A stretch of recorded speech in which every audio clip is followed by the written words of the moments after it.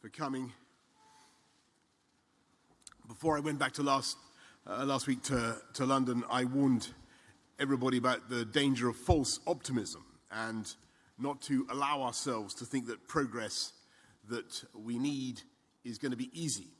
And having spoken today to the Secretary General and met negotiating teams and the heads of delegations here at COP, it's clear that after a surge of really positive, game-changing announcements last week on methane, on finance, on forests in particular, we're now firmly in the hard yards, the nuts and bolts of international climate diplomacy.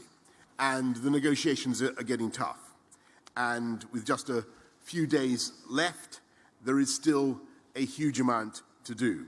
We've made a difference, we hope, for our planet and for our people. We've moved the ball a long way down the pitch, but we're now stuck in a bit of a rolling maul, to mix my football and my rugby metaphors. The line is in sight, but if we're going to get there, we need a determined push to get us over the line. We need to be more ambitious, and we need more credible plans for implementation.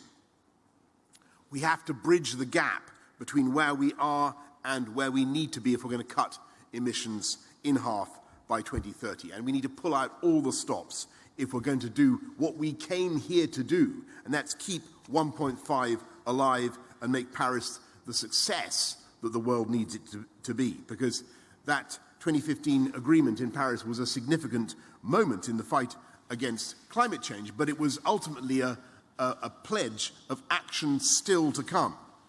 And it's very frustrating to see countries that have spent 6 years conspicuously patting themselves on the back for signing that promissory note in Paris, quietly edging towards default, now that vulnerable nations and future generations are demanding payment here now in Glasgow. And there's really no excuse, because we know what is at stake here. We've been hearing it all week. We heard it from the president of Palau, Siranga Whips, who told me he spent 5 days traveling 7,500 miles across 9 time zones to make sure that the voice of his people was heard.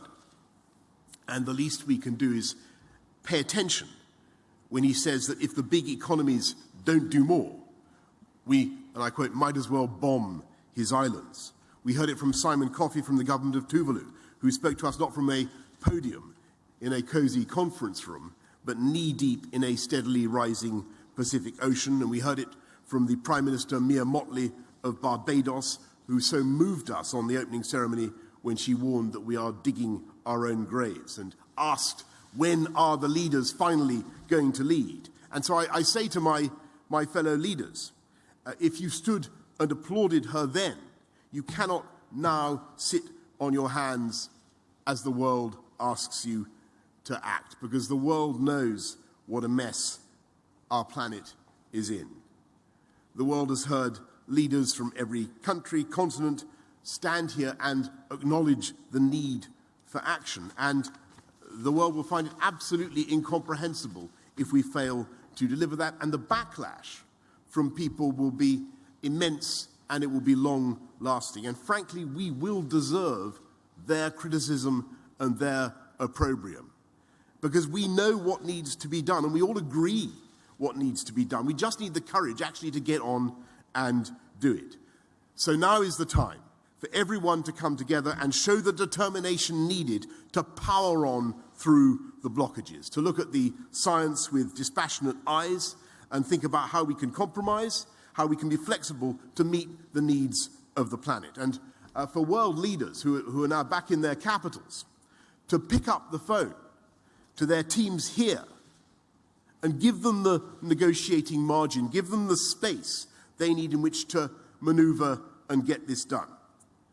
Here in Glasgow, the world is closer than it has ever been to signalling the beginning of the end of anthropogenic climate change. And it's the greatest gift we can possibly bestow on our children and our grandchildren and generations unborn. And it's now within reach. At COP26, in these final days, we just need to reach out together and grasp it. And so my question to my fellow world leaders this afternoon, as we enter the last hours of COP, is will you help us do that? Will you help us grasp that opportunity, or will you stand in the way?